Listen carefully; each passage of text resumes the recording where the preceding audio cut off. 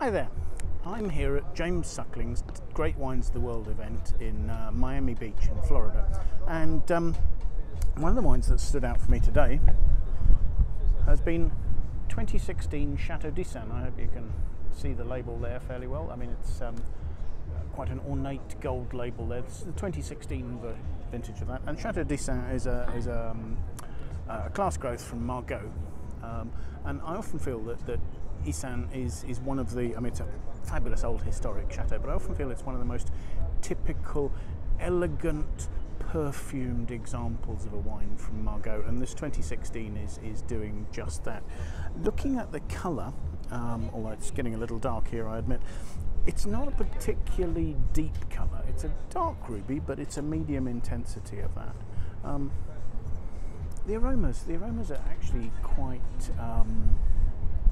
restrained. There's some high-toned, slight notes of sort of violet perfume that people talk about with Margaux, but it's all quite gentle, quite restrained, a slight leafiness perhaps, over sort of delicate red currant fruit, red currant raspberry, that sort of quite juicy, piquant sort of red fruit style there.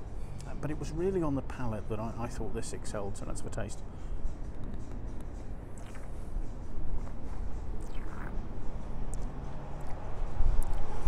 Now this wine I think was 64% Cabernet Sauvignon and 36% Merlot, and there's just a wonderful freshness to it. And the thing about Margaux is it's actually, relative to some of the other producing areas of the Médoc, it's quite cool.